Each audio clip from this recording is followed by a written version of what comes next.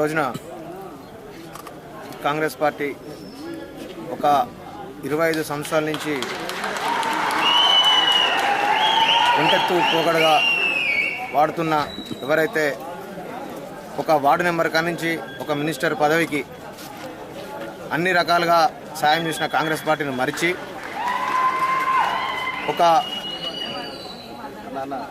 మిత్రపక్షంలో కూటమిలో సీట్ రాలేదని చెప్పి ఉన్న ఎవరైతే మాజీ మినిస్టర్ గారు ఉన్నారో ఆ మాజీ మినిస్టర్ గారు ఒక సీటు కోసం మళ్ళా వైసీపీ జెండా బట్టి నోటికాడ బుక్కని కొంతమంది దగ్గర ఆ సీటుని డబ్బులు పెట్టి కొనుక్కపోయి అతి దారుణంగా మెజార్టీ రాకుండా కూడా ఓడిపోయిన చరిత్ర ఈ మాజీ ఎమ్మెల్యే గారికి ఉన్నది. అదేవిధంగా ఏదైతే ఈ మాజీ మినిస్టర్ పదవులు, ఒక వార్డు నెంబర్ పదవులు, ఒక డీసీసీ ఏవైతే ఆ పోస్టులకి ఉంటేనే మేము ఉంటాము, అధికారం లేకపోతే మేము ఉండము అని చెప్పి ఈ రోజున వెళ్ళిపోయిన చరిత్ర ఉంది.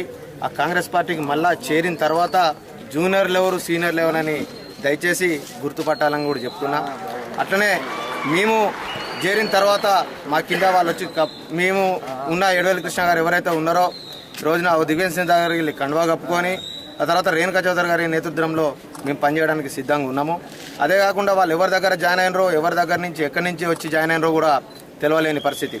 అదేవిధంగా వాళ్ళు ఈ రోజున మళ్ళా పోస్టుల కోసం కొట్లాడే పరిస్థితి.